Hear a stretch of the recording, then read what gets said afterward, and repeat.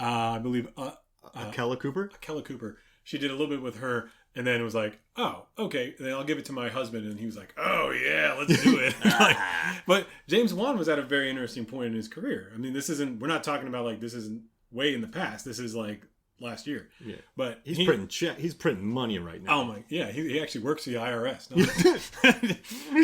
But print more, fellas. I got Aquaman 2 coming out. I thought the 20s looked a little different. It's James Wan. James Wan. His movies are popular. But he was at that point where he just did Fast 8. So he had done Furious 7, and then he did Aquaman. So he really can do whatever he wants. He's made more than enough money for life. And he's doing $2 billion properties he's made. And then he also kicked off Saw for $1.5 million. Then he did Insidious for $1.5 million. Then he kicked off the Conjuring universe. The Nun made like $400 million worldwide. We did have a podcast on it. That was the second podcast. Oh, yeah. And it was like, we both talked about how it was like, remember it made tons of money. And it's like, almost all of it came from Mexico. Because remember, in Mexico, religious horror is huge. Exactly. That's. I mean, he's got this entire universe. He's got more money than I think Sylvester Stallone. Think about that. I mean, think about it. Stallone's got how many franchises under his belt? Yeah. It's the same thing. James Wan's like, hold my beer. Yeah.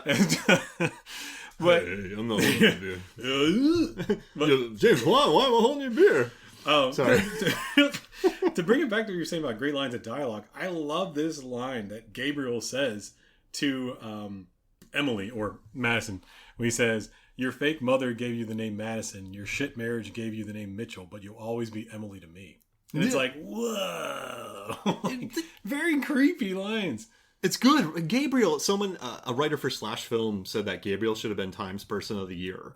And, you know, I think we live in this world where, and listen, you and I both know that there have always been sequels. There's always been remakes. So I'm not going to say that, oh, the world needs new villains, because since the history of cinema, there's been remakes, reboots, sequels, the same killers keep popping up.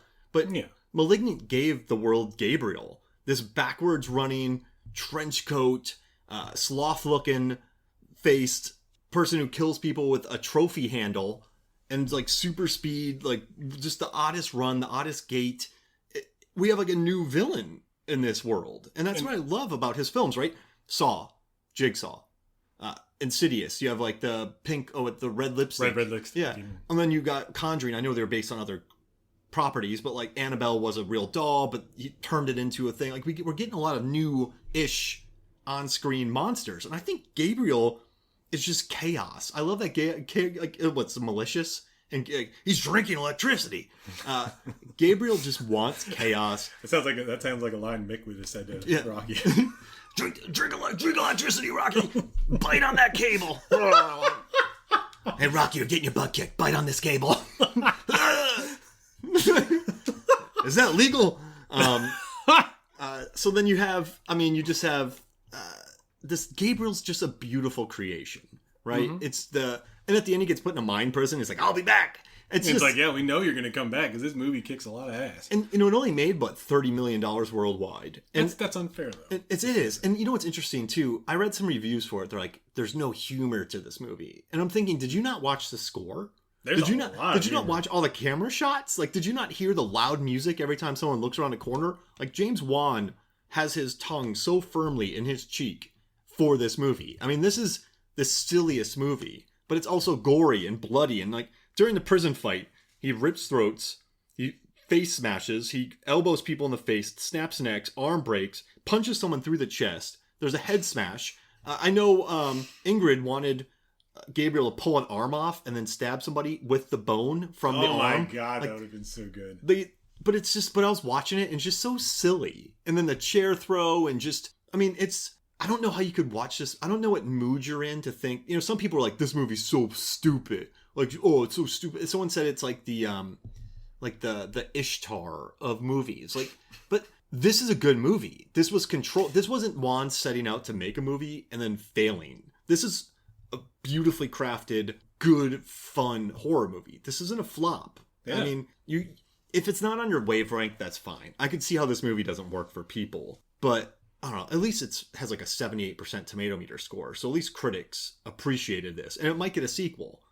And it's getting word of mouth beyond anything you can think of. Yeah. But I don't know. I just love this movie, Chris Kelly. I do. I think that it made $38 million. What was it on man, it? yeah, $40 million budget on a $40 million. Yeah, $33.9 million on it. That's actually not that bad considering all the theaters and everything being shut down due to the pandemic. That's actually pretty fair. And I mean, like to add to the humor of it, during the chase and fight scene with Keikoa and Gabriel, there's only 4 words of dialogue said throughout that whole thing. And it's holy shit. after Keikoa sees Gabriel do that amazing contortionist walk down the fire escape, he busts his head out and goes, holy shit. Then after he tries to shoot Gabriel and Gabriel escapes through the ceiling, he says what we were all thinking. He says, F me. And that's it. There's like a 7-minute sequence. There's only 4 words said. I have a question. You watched it when this scene began. How much money would you put on Kay getting killed? Did you think Kay was going to get wiped out during this scene? Because I feel like in most movies, the lone cop chases somebody, they get killed. Or yeah, but he's built up to too much to be the hero. I thought that he would have died at the end, though. Yeah, he would have died saving the sister or something around that line. But yeah. George Jung is cool. And I love that line where he's like, yeah, we're all looking for that missing half. And then CST Winnie goes, yeah, we are. Like, just CST, played by Ingrid, loved George Jung. But that just made me happy. But like, I love the relationship between Kay and Regina. He's like, hey, sorry, you missed your date night. And she's like, I was right the whole time. Just, they have a really good, and I love her fight against Gabriel too, Regina's fight. Like, she puts up a good brawl. And it's just, man, this movie's, I think it's top to bottom. Strong cast. Jacqueline McKenzie from Deep Blue Sea. She's in this movie. Dr. Florence Weaver. She's getting killed. I just think just the way that... But see, $40 million. That's not a lot considering what we're watching. Exactly. It really isn't. Imagine... Okay, James Wan, he came from such low budget stuff. I think that's why he's able to make this $40 million look like $100 million. Yeah, exactly. I mean, easily. Like you said, if given in the hands of another director... This probably would have been 80, if not 100 to 120 million dollar film. Exactly. And it would have been a massive flop because it wouldn't have had the same heart and the same love and appreciation that James Wan has. I feel like everything he makes, he's just like, yeah, like Aquaman. There's octopuses playing drums. There's laser sharks. There's Dolph Lundgren shaking his hair. In Furious 7, right? You have a scene where the cars blast through skyscrapers, but they're not content with that. They take out like 20 terracotta warriors during that scene. Like, James Wan just wants... He loves it. He wants the chaos. And I was looking through this. The production designer is Desma Murphy. She... remember that line? Send the National Guard! Sorry. That's yeah. But so Desma Murphy, she worked on Aquaman Furious 7, so she knows James Wan. The cinematography, Michael Burgess. He's done The Curse of La Llorona, Annabelle Comes Home, Conjuring 3. He also, obviously worked on Malignant. Troy, let's see. But it's like the crew that he brought with him, the cinematographer. It's all his normal guys. Yeah. And he's kind of like a Ridley Scott type thing, where Ridley Scott rolls with the same crew. They just go movie to movie to movie. And I think these people are so loyal to Wan because I feel like everyone who works with James Wan, they're like, this was insane. We had to bring in contortionists to walk backwards, and then we had to develop this face. And not just any contortionists either. Oh yeah, like some of the best in the world. And if like they were like, we're gonna do green screen limbs, but they didn't want to do that, and just like the costume designer was like, this was insane. But it's James Wan. Like, and so I think everyone wants to like not die for him. But we've worked on some film sets. We've probably worked on 300 between us. Yeah, more or less. Yeah, I mean, I've done so many. Like, how many people have you worked with where their energy, you're just with them? Even though it's like a gnarly day, or you're probably not getting paid enough. But when they're like in it with you, you sort of, you want to help. You know what I mean? You want to raise the bar. And I feel like James Wan gets that out of his staff. I don't know if you feel that way. No, yeah, you can tell that just by watching his movies too, because they're all done with minimal budgets. Yeah. And that they're like, well, we'll push it a little bit further just for him because we know what he does. And like you can totally feel that in his movies. I mean, you just love, I don't know. So, Chris Kelly, what was, like, when you watched it again, your second viewing, what was the moment that you just sort of, after reading the review, like, when did you click? So you talked about you read the review, like, when did you just, what was your aha moment? It was the beginning of the movie. Yeah. You could totally feel, like, the bright red just beating you in the face, and it's like, oh wow, like now I get what they're saying. And then watching everything and how over the top and ridiculous everything is, that's how I felt like whenever I watched it. And you just seeing, I mean, that fight scene in the jail. I mean, that alone can be its own podcast episode. Zoe Bell Scorpion is getting destroyed. What happened to you? Did you forget to resort to recycling? Oh, Scorpion. Did you go to the wrong country club? Zoe Bell with a mullet. That makes me so happy. And then she just gets wiped out. But yeah, it's I think that's the first time that ever happened in a movie. She actually got her man. She got pulled by her hair. But like you said, the Giallo films. I always used to call it Giallo. I don't know why I said that. Giallo. Giallo? I mean, that's what Eli Roth called it. Giallo, sure. Oh yeah, I mean, right. He did. You're right. The history of horror. Yeah, and when he said that, so I used to call it Giallo, but it's Giallo. Right? It doesn't sound. It's like whenever you hear somebody say Impala, it's Impala. But he did say that. It's like when people say Louisville. Louisville, not Louisville. But yeah, it's all the red, right? Just the bombing with red, the signs with red, the name of the buildings in red. Like when, you know, the oversaturation of colors, and you really feel like you're watching something that's not earthly, which is beautiful. And I think that's when I was like, oh, this movie's so cool.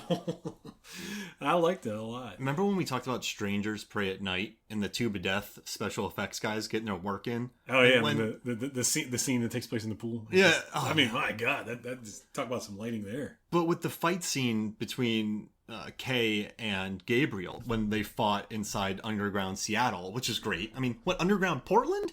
In Pig? Wasn't it Pig that had underground Portland, or was it Seattle? I can't remember. The underground of the West Coast this year was huge. Apparently it's a real thing, though. Yeah, but I love that fight scene because you just have that dense layer of smoke on the ground that's kind of hiding the location. You have carriages in there. It's a beautiful setup. It's very like House on Haunted Hill, 1999. And just, it's very, very gothic kind of with the way it is. And I sort of dug that vibe watching it. And I don't know, I guess... For the people who... I know some people I really trust who kind of hate this movie. Do you think they watched it like you did? Like, what were you... They probably did. Yeah. Like I said, like, first watching it, you don't really like it because it is very, like... it's very... You're expecting something a little bit more, I assume, because with James Wan's name attached to it, you're like, oh, Saw was great, but that was 20 years ago. And then you get a movie which basically looks like 20 years ago.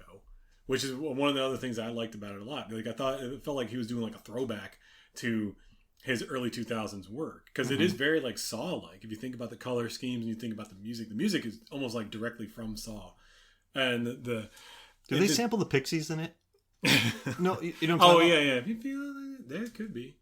Yeah, I didn't think about it until now because the score to Malignant is very much like that Pixie song. Right. Chris froze there. It was awesome. He was like, "What?" But I gotta look. I should have looked that up before we started here. I meant to, but I forgot. But yeah, you were saying the score, like the look of everything. It's very like early 2000s. Which whenever I first saw it, it was like, oh, he just wanted to do this as a cash grab really quick. He's thinking that this is like becoming like quote unquote vintage now, which I guess it is because it's been 20 years. So I felt like he was kind of doing a cash grab, which is why I think that a lot of folks were probably thinking that as well when they first saw it. But then whenever you really like understand what he was going with, it's like, oh, this is a really solid film. Especially with the contortionist Marina Mazeppa, I believe is how you say her last name. She was one of the top contortionists in the world. And she was all into it. Mm-hmm. Like she did the whole fight scene in the jailhouse. That's not CGI. I mean, obviously, some of the hits are. I mean, there's no mistaking that. But yeah, she actually punched through a woman's chest.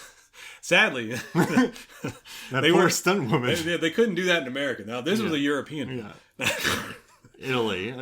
They flew to China actually just for that shot. Yeah. Prague. But yeah, I mean that whole thing. There was very little CG in that whole fight. Yeah. And it's interesting to watch now. Thinking like when you watch it, going, wow, like. This person really does do all this. And they can do it. Like that in the whole brawl in the police station, you know, with it rips off, like cutting off the one arm and throwing it at the other guy and doing a backflip, kicking the guy in the face. Like, she actually did this. Like, that's crazy to think about. Man, their Alexa got a lot of work. And those Primo lenses they had. Yeah. That did some serious... They probably couldn't keep up with her. Like, yeah. I mean, that's a lot of movement that she did. And just... But like they went out and found it. That's what I like about James Wan. He just went and found that, and I read an interview by him where he said, I've become known as the haunted